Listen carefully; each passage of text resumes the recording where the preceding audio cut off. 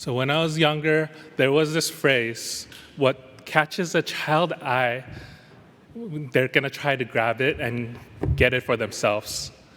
And so that really something that happened to myself when I was younger, and according to my mom, when I asked her, she said, every time I go outside to play, I would bring something back, whether it's like sticks, rocks, sand, or even animals like little birds, cats.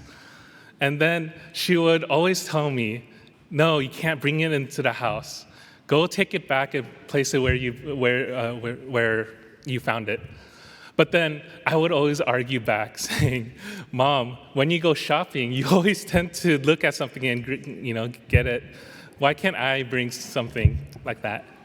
But anyway, I digress. So today's gospel takes us to the mountain, a place where the ordinary meets the extraordinary.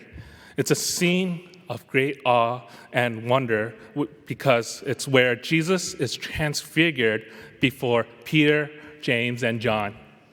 And their encounter with the divine on the mountain is a moment that holds profound lesson for us. It's a lesson about our human response to the divine. So let us imagine what we have heard again in our gospel.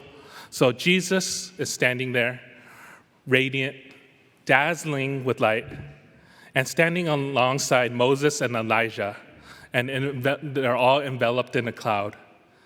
And it's a moment that transcends the everyday, a glimpse into the divine reality.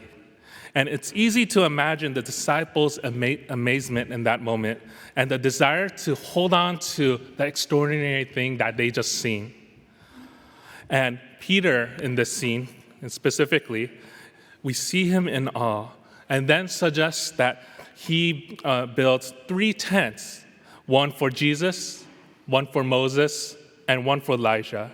And his response reflects a human inclination to preserve that moment of divine encounter, to create structures that could contain the ineffable.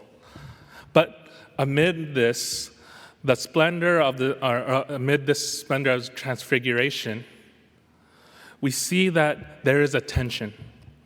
Peter's suggestion, while good intentioned, reveals the lack of understanding of the significance of that moment. It's a common human response and the desire to hold on to the divine. Yet, we see in the gospel that Peter is not fully comprehending the depth of what is happening before him. And Peter, in his eagerness, wanted to encapsulate that experience and keep it for himself. But he doesn't fully grasp that divine plan unfolding before him. So as we reflect on Peter's response, we echo our own journey of faith. How often do we, like Peter, desire to capture and take control of that moment of divine encounter? We may seek to build tents in the form of routines, rituals, or even material structures, and tending to confine that boundless mystery of God. And in doing so, we are risking the deeper understanding, that transformative power embedded in these encounters. So the question for us is, how do we respond to the divines in our life? We're invited to embrace that mystery of faith, acknowledging that God's way surpasses our own understanding.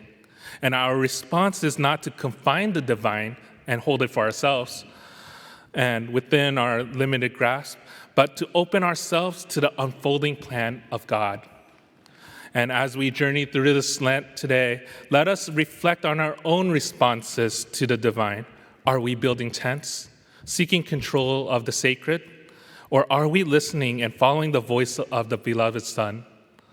May our response be one of humility and openness and a divine commitment to follow Jesus, who leads us from the mountain of transfiguration to the ultimate transformation of the cross and the resurrection.